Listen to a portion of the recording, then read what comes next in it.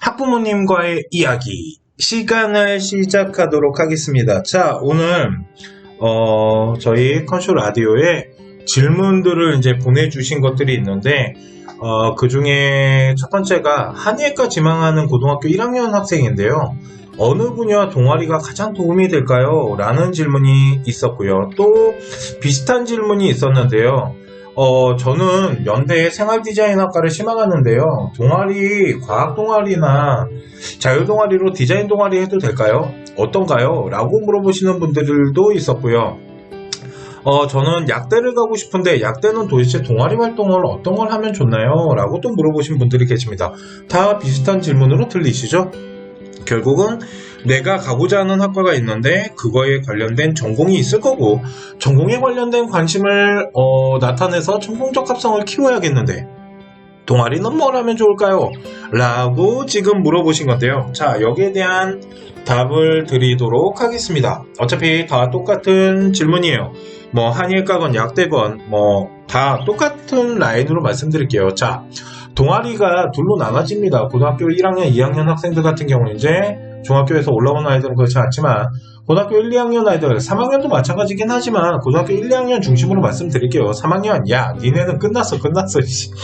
니네는 이제 동아리 활동 열심히 한 다음에 어차피 2학년 거 그대로 넘어가거나 3학년 담임 동아리 만들어졌을 거 아니냐. 그러니까 거기서 열심히 하면 되고, 자, 우리 1학년 2학년 학생들 같은 경우는 이제 동아리 대면 계약하면서 동아리 활동에 대해서 이제 막 정하는 시기가 됐기 때문에 말씀을 드리는 건데, 동아리는 그냥 두 가지 방향으로 말씀드릴게요. 첫 번째는 전공을 찾아가면 좋아요. 한의학과 같은 경우는 우리 아이가 막 약초를 할 수는 없잖아요. 그러니까 생명과학 동아리 같은 것들, 뭐 화학 동아리 이런 거 들어가면 좋고요. 과학에 관련된 걸 하면 좋아요. 근데 우리 아이는 문과인데 한의학과를 가고 싶어요 라고 하잖아요. 그럼 과학 동아리 들어가도 돼요. 문과라고 과학하지 말란 법은 없잖아요. 그죠? 아니면은 뭐 인문사회 철학 이런 거 해도 솔직히 좀 좋거든요. 아니면 어문 아예 이런 것들이 있기는 해요. 그러니까 전공에 관련된 거, 약대를 가고 싶어 한다라면 화학과, 이게 일단은 필수다라고 보시면 되고요. 이런 식으로 전공에 관련된 활동 동아리를 하는 것도 중요하죠. 그걸 이제 보통 본 동아리에서 많이 하는데 그러면은 전공에 관련된 동아리를 어떻게 선택하면 좋을까요? 라고 저한테 물어보신다면 제가 정말 또 얘기합니다. 학과 소개에 한번 들어가셨으면 좋겠어요. 우리 이제 대학교에 들어가시면 학과 소개들이 있어요. 한의학과를 들어가건 약대를 들어가건, 약대 같은 경우는 이제 지금은 약학과가 만들어진 건 아니기 때문에 그쪽 약학 라인으로 가야겠죠. 거기 들어가면 우리 학생들이 배우는 것들이 좀 많이 나와 있습니다. 학과에 대한 뭐 소개들, 배우고자 하는 학교 교육 허리들 이런 것들을 좀 보면서 거기서 주제를 정하고 어떠한 연구 방향을 잡아서 그거에 관련된 동아리 활동을 하면 좋지 않을까요? 이런 부분들이 이제 필요하기 때문에 전공과 관련된 부분을 한다라고 하는데, 대신 꼭 전공과 관련된 것만 하실 필요는 없으세요. 만일 대학교가 토론을 잘하는 아이들이나 독서를 활용할 줄 아는 아이들도 좋아하지 않을까요? 그렇기 때문에 어떤 토론 동아리를 들어가서 내가 관심 있어 하는 분야를 토론을 하면서 뭔가를 좀 풀어나가는 모습이나 어떤 연구를 하는 데 있어서 내가 1차 자료를 분석하는데 어떤 책을 이용하기 위한 독서 동아리를 한다거나 이런 것처럼 꼭 그 전공에 관련된 주제만 선정할 수 있는 이런 동아리 활동만 하는 게 아니고요. 그 외에 동아리 활동을 해도 돼요. 자, 그런데 만일 본 동아리에서 내가 많이 과학 동아리를 했어요. 그러면 자율 동아리도 과학 동아리 할 필요가 있을까요? 그럴 필요는 없겠네요.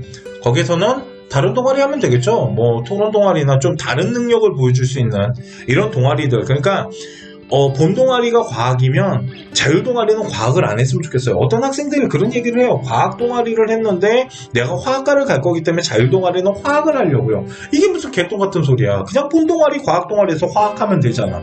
그리고 그 나머지 능력들을 또 보여줄 수 있는 활동들을 하면 좋지 않을까요? 그런 활동들을 자율 동아리에서 하면은 저는 되게 좋다라고 생각하고, 마지막으로 팁을 하나 드리자면 자율 동아리 30자밖에 못 쓰죠. 그거 다 나중에 자기소개서에다가 쓰면 됩니다. 그렇기 때문에 30자를 잘 활용하는 게 중요해요. 그래서 자기소개서를 쓸 수 있는 키워드들이 30자 안에 빼곡하게 잘 들어가야 된다. 그래서 나중에 1학년, 2학년 자율 동아리를 좀 묶어서 자기소개서 라인을 좀 구축하면 좋지 않을까라고 생각을 합니다. 자, 동아리는요, 꼭 전공과 관련된 동아리를 해서 그거와 어떠한 것들을 좀 이렇게 발전시키는 것도 중요하겠지만 꼭 그게 전부는 아니에요. 자신이 관심 있어 하는 분야, 만일 내가 화학과를 갈 건데 화학과 상관없는 거 본동아리에서 하면 안 되나요? 해도 돼요. 그게 진짜 관심 있는 분야면. 대신 진로활동이나 자율활동, 자율동아리 정도에서는 자신의 관심사가 좀 발전될 수 있게끔 이런 부분도 좀 구성을 하면서 나가면 좋다라고 보시면 될 것 같습니다. 자, 질문에 답변이 됐는지 모르겠습니다.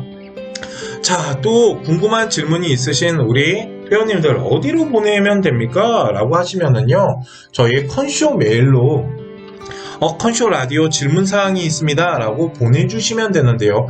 컨쇼 메일 어떻게 돼요? 컨쇼 네이버닷컴입니다. 다시 한번 컨쇼 CONSHOW 네이버닷컴입니다. 이쪽으로 질문사항들 있으시면 보내주시면 저희가 보고 심사를 거쳐서 오늘처럼 컨쇼 라이브, 이거 미쳤나봐. 라이브 아니죠 오늘?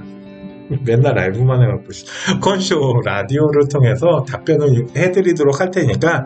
그리고 저희가 유튜브 컨쇼 라이브 방송하잖아요. 월요일날 7시, 수요일날 7시, 금요일날 9시. 그 방송을 통해서도 우리 회원님들과 1대1로 지금 입시 상담 해드리고 있으니까 궁금한 거 있으시면 유튜브 컨쇼 라이브라고 치신 다음에 월요일이랑 수요일이랑 금요일날 시간에 맞춰서 들어오셔서 특강도 들으시고 그리고 1대1 상담도 한번 받아보셨으면 좋겠습니다.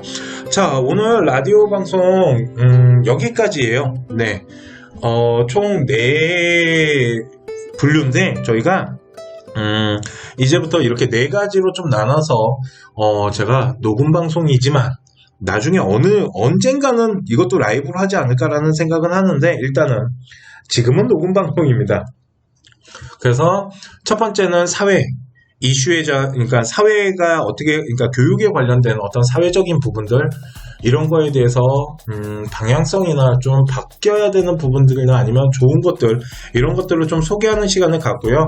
두 번째는 대학교나 학과들을 좀 소개해드리는 시간을 갖고요. 세 번째는 이제 학생부 종합전형에 대한 부분, 이 부분에 대해서도 이제 좀 해드릴 거고요.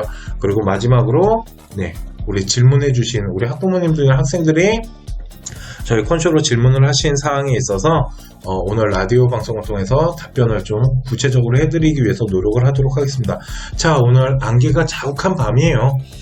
네, 우리 이제 이게 만약 라이브면 좋은 밤 되세요 라고 말씀드리겠지만 언제 들으실지 모르기 때문에 오늘 하루도 되게 즐거운 하루가 되셨으면 좋겠고요. 우리 고등학교 학생 그리고 우리 중학교 우리 초등학교 아이들은 이 방송 들을지 모르겠지만 우리 중학교 학생들이나 고등학교 학생들 절대 자신감 잃지 마시고요. 특히 고등학교 3학년 이제 좀 있으면 수시기간 들어가잖아요. 정신 바짝 차리셔야 됩니다. 생각보다 되게 빠른 시간이 지나갈 거기 때문에 아마 총알처럼 빠른 시간이 지나갈 겁니다. 자소서 쓰다 보면 어느 날 갑자기 면접을 보고 있을 테니까 그렇기 때문에 정신 바짝 차리고 그리고 중간고사 대비 잘 하셨으면 좋겠습니다. 오늘 방송 여기까지 하도록 하고요. 지금까지 합격을 하는 DNA 서영진이었습니다. 우리 회원님들 사랑합니다.